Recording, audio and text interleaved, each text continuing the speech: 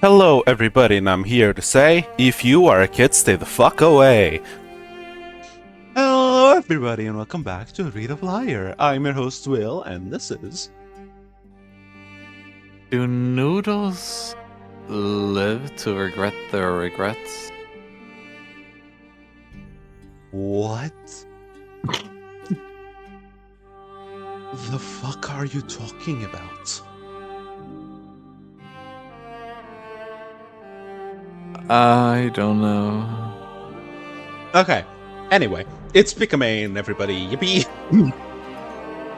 As you can Imagine we probably do tell. one of these intros, and you actually say your name. But where's the fun in that? True, actually. Anyway.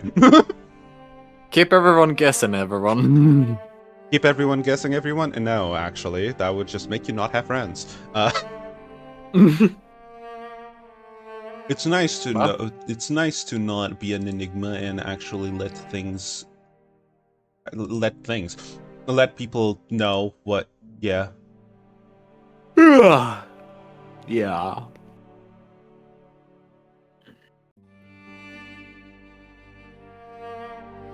Yay! Anyway. Are we... Yes.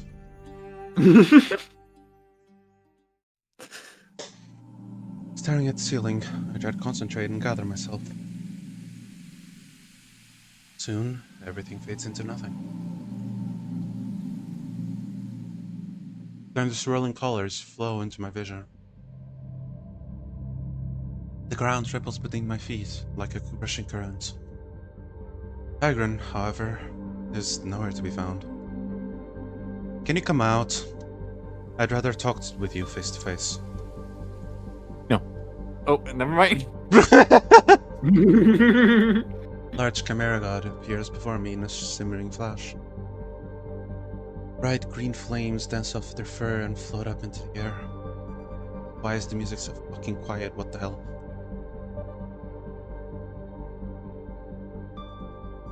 Excuse me. You don't trust the bird? I don't trust anyone right now. Not with this, at least. I was going to tell Lyle, but that won't be happening anytime soon. They made a reassuring gesture with their hand. I, for one, believe that you are wise not to trust anyone with this. For now, it's best to keep it to yourself. Think he suspected it anyway? I know whether he suspected it or not. But for your amusement, I'll pretend I have no outside knowledge. Fuck. We love Tigran in this household. I think he might suspect you're my avatar. They say this like they're walking on eggshells. Does a deep grumbling sigh. Get some rest. You've done enough practice for today. Was he right about the persecutions and all that? You have the ability to find out for yourself. But you'll have to try that later. We'll have to try later. Please try to sleep. You need the energy. Fine. I can't help but feel like Tigran is speaking to at least one of us about that last part. Well, I slept a lot today. Was he speaking to you? It is very possible. How many hours did you sleep today, Pikamain? I don't count them. When did you go to sleep, Pikamain? Middle of the night. When did you wake up, Pikamain? I think it was... Was it 9 or July? And who fucking cares? He wasn't talking to either of us. Do you feel fine? Are you awake? Do you need sleep? I think I am mac and cheese. Okay, so you do need sleep. Got it.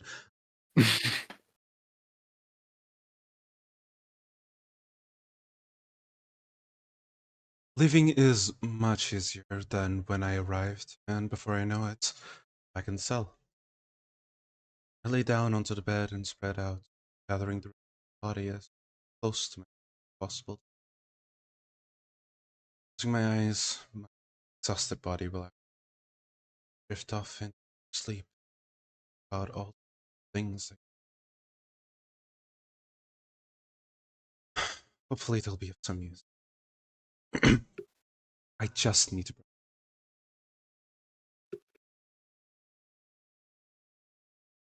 Ooh, chapter 9. Oh. It doesn't. And that's all for today's episode. Girl, we are here for 5 minutes. We are not having a 5-minute long episode.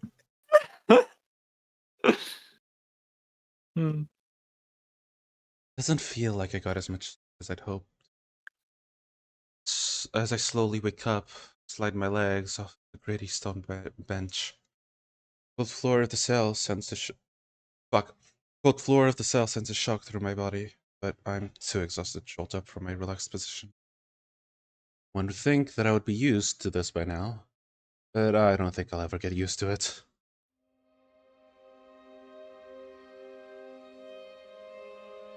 Waking up like this is not normal for me at all, and it will definitely take some getting used to. It could definitely be worse though. I'm positive that it's way colder out there than it is in here. It's weird, waking up and not hearing birds chirping or anything like that. Almost no noise outside the window.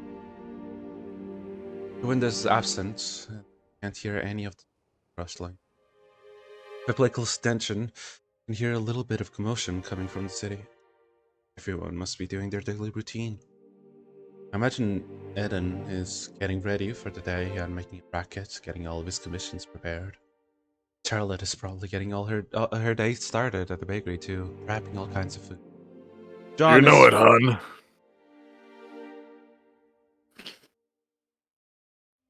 muting Pikamain. John is most likely learning more things from her about the trade, or just making sure the kitchen doesn't fall apart. Thinking about this causes my stomach to shrink. I'm surprised I even remember their names. I met and talked with them. Usually I forget someone's name the second they tell me it. This is different. Same. You're in Lyre. So much more in. Nobody feels like another face in the. Guess it's just because I'm not used to living here. I sit up and slouch over, staring at the floor. My reflection stares back at me and I sigh. I wonder what they think of me now. Probably believe that I really did. Feel awful if I ever had to look them in the face again. Visions of those novels staring at me with disgusted faces on the suddenly invade. Too many people here hide behind a smile. And say the same for the villagers in the city. Feel more comfortable around them. Even if I enjoy what I do, even if I feel like I'm constantly around the wrong crowd. Sometimes I wonder what it would be like to just walk away. Live somewhere nice, quiet, among people, and kind. Really know what I do.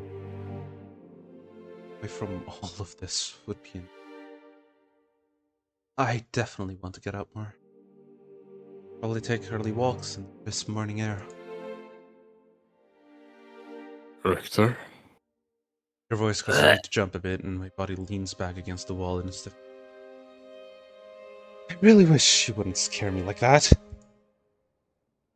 Well, sorry that you're gonna be a fucking baby about it. By the way, am I still muted? No. I never muted you.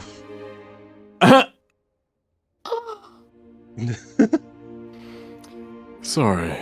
I was getting tired of listening to you ramble.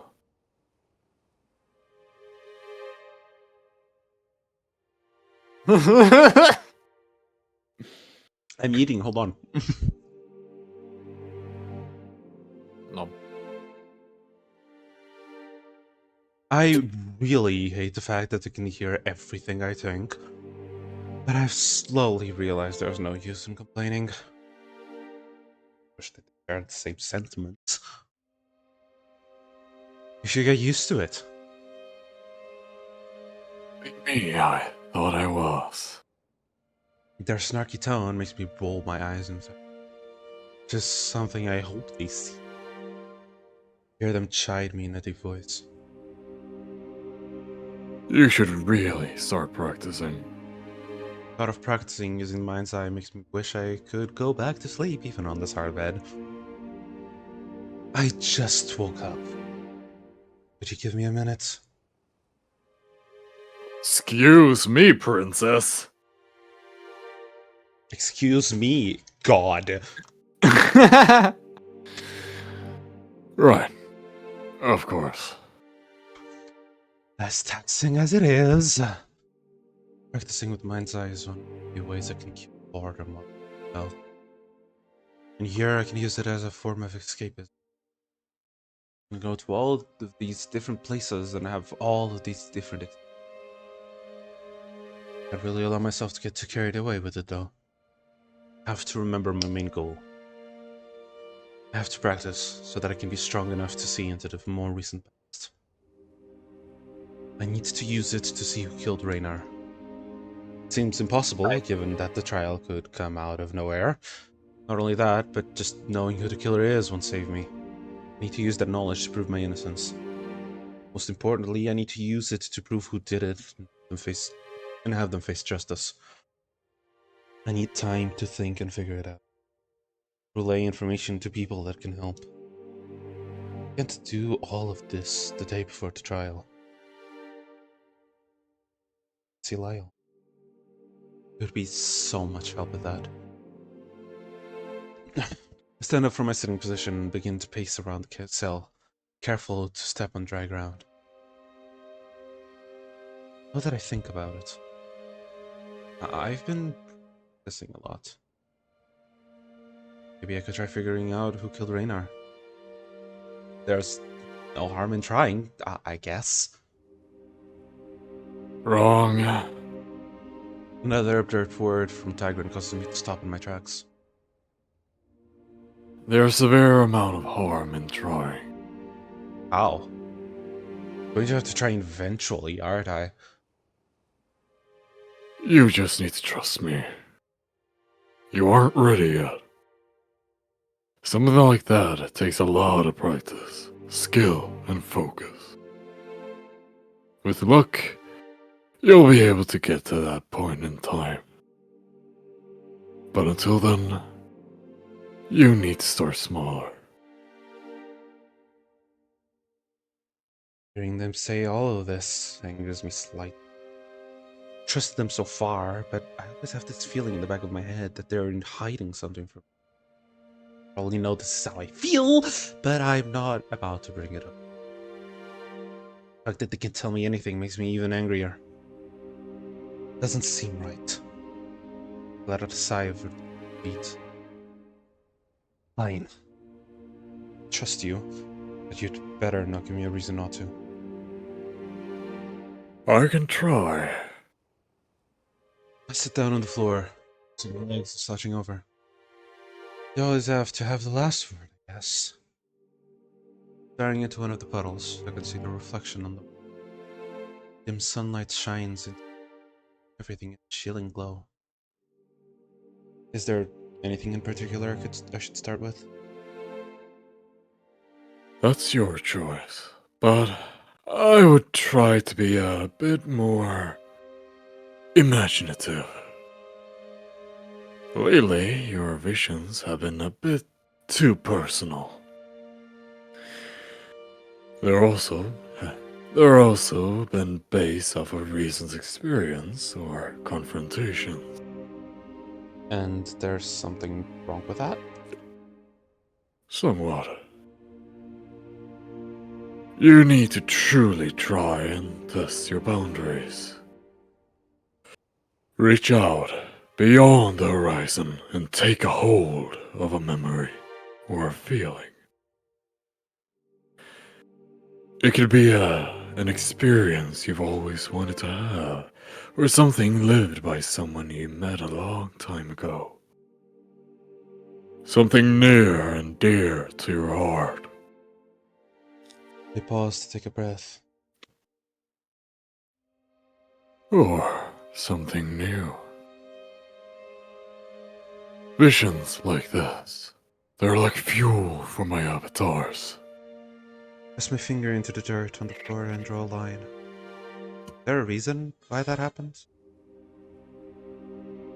It just helps. I wipe the dirt off my finger and lean back. Okay. I'll try. Feel warmth run through my body as I relax. Try to think about home. Sunny days, tall white tower. Hills by the cliffs and the shore. Waves crashing against the stone walls of all the people who made an impact. Memories of my past, things I've done. Sitting in the chair by the window with my just watching the ships sail by. After a few seconds of closing my eyes and thinking about all of these things, I feel as if I'm pulled away from my own body. Get the sense there's chaos all around, yet for some reason my body can't feel a thing. I also feel like I'm floating, or it's what I think.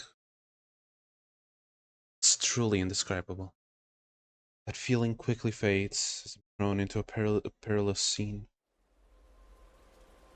A flash of lightning obscures my vision for a moment. Everything unfolds. Heavy rain swirls around me as the sound of the harsh wind drowns my senses. Looks like I'm spectating the scene of a ship at sea, surrounded by this terrible storm. Waves crash into the sides of the small ship. Sailors clamor around the deck. Some of them are being thrown all over the place by waves crashing onto the surface and floating over the sides. Most of the sails have been rolled up as well. The sheep sold too. It's nothing like the ones I see coming in and out of the arbor in Erin. It almost looks archaic. However, my body seems to be tethered to a single sailor. He's a monkey with light fur that looks like it's been bleached by the sun. His skin is a dark pink color too. Swinging around one of the ropes tied to a mast, looking around at everything going on around him. His eyes are bright, as golden as the sun. I'm not really sure what's going on or what I'm witnessing, but I get this feeling that I can't look away. Stel curls tightly around the rope as his eyes dart ahead onto the eye of the storm. Fainting heavily, and keeps looking around at what's going on with worry in his eyes. There's a coiled rope being held by his foot. I always thought it was cool that monkeys could do that so well. Lightning strikes again, and the boom echoes throughout the deep abyss of the open sea, casting a bright light among the clouds and across the rolling surface of the ocean. One of the sailors from below yells up towards the mast. Do you want to be Alverton, or should I be Alverton? Alverton! Get down from there! It's not safe! The monkey looks down at him and yells back in a bellowing voice. It's my job! You'll thank me if we go overboard! Damn. He gestures to the rope being held by his foot. Just keep her going steady and make sure you don't lose track of the eye. We've got that covered. Wave washes over the side and the sailor staggers a bit, but keeps a hold on the railing. The sailor yells out among the crew. We should have never listened to you, you know? It's not safe to go this far from home. Or we should have never left the shores. Alverton looks down with an annoyed face. Take the lecture for when in the clear, yeah. It'll be worth it in the end with the hole we've made. As far as I know, that hole you speak of probably fell overboard not too long ago. And I don't feel like joining it. Elverton tightens his grip on the rope and looks ahead with a determined gaze. Just a bit further. He says this to himself, making it hard for me to hear. Float around him a bit more, not really having control of the direction I'm going, but staying within a general distance of his figure. It's like I'm some sort of spirit. This is really weird. But I was supposed to experience these things from the perspective of others. Why am I not in a body right now? Dagran told me to test my boundaries, but I'm not sure if this has anything to do with what's happening. All the visions I've willingly had so far have been about people I've had some experiences with. Yet, I feel some sort of connection with this monkey, even though I don't know him. Could it be a sailor from Erin that I've run into before? It doesn't seem likely, given how old the ship looks, but it's the only explanation I can come up with. Snap out of my thoughts and go back to focusing on the scene playing out before me. Grips the simple-looking necklace that's tied around his neck on a string. Then it happens. There's this moment where everything seems calm. Noise from the rain is muffled. Wind slows down slightly. A deafening boom claps all around me. My vision pulled away now. Did lightning just strike the ship? My hearing comes back after a second as the wind whistles in my ear. I get this false feeling of dropping, like I'm being dragged by a heavy object. Maybe it's like I'm taking a dive through the air, chasing something. Then there's a heavy splash and a sudden decrease in speed. All noise is muffled. It's almost eerily soothing. Like closing a window on a rainy night. My eyes adjust to the darkness. I can see little particles floating around. Like dust swirling through the air. The ocean. I'm under the water surface. Get a glimpse of the monkey's figure off in the distance. Lightning in the sky above dimly illuminates the water around us, casting rays of light that beam down on the dark void beneath him. He's just floating there, but completely still. The rope that was being gripped by his foot is gone, probably lost to the tide, or still on the ship. I try to get closer to him, but I don't feel like I'm moving. I'm not liking where this is going. I can hear this ominous vibrating noise, like an earthquake, but underwater. Ominous voices and noise echoes around me. Fear grips its way into my soul as I wait in darkness. I jolt in my seated position, painfully throwing myself into the wall behind me, letting out a yelp. What's going on in there? The guard yells down to the tunnel, sounding like he's pretty close. Nothing! I just slept. I'm fine. There's a pause, then he throws his voice down the tunnel again. Just don't do it again. I hear his footsteps travel back up the corridor, and I stand up, my head near the window. Are you going to say something, or do I have to ask? I will whisper this under my breath in an annoyed tone. There's silence. It's a very long silence. First I think they don't hear me. Then they speak up. There are just some things that I am not allowed to explain to you. What the hell was that? Who was that? Why were you there? More silence. Look, I've been nice so far. I've been going along with all of this knowing that I could very well be in a lot of trouble. Least you could do is be truthful with me. This gets them to speak up. I am being truthful to you. It doesn't really feel like it. I hear them take a deep breath. Richter, please. I've already explained all this before. I am held back from doing certain things. Saying certain things. It could cause a lot of trouble. It's not my place to give you knowledge, only the ability to seek it out yourself. I grip one of the rusty iron bars in my fist, running my other hand down my face. A little bit more facial hair prickles my hand than usual, reminding me how long I've gone without taking care of myself. I'll probably have a fully grown beard by the end of this. You just need to trust me. Grip the bars on the window harder. I'm really tired of hearing you say that.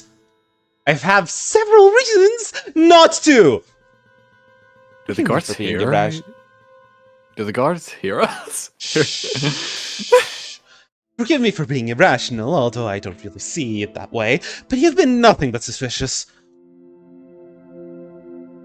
And you think I want to be? I don't know, but none of this is working in your favor.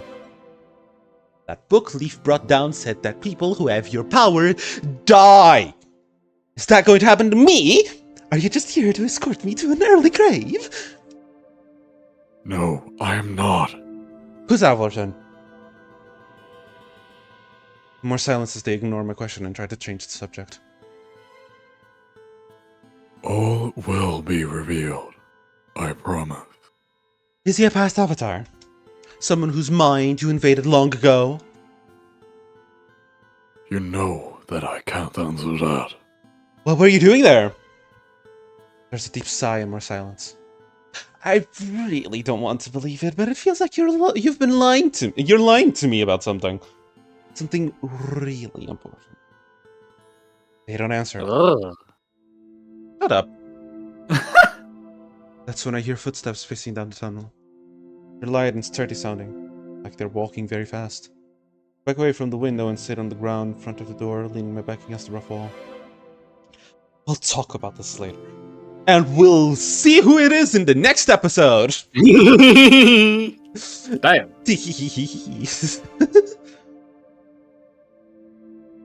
Ooh, monkey.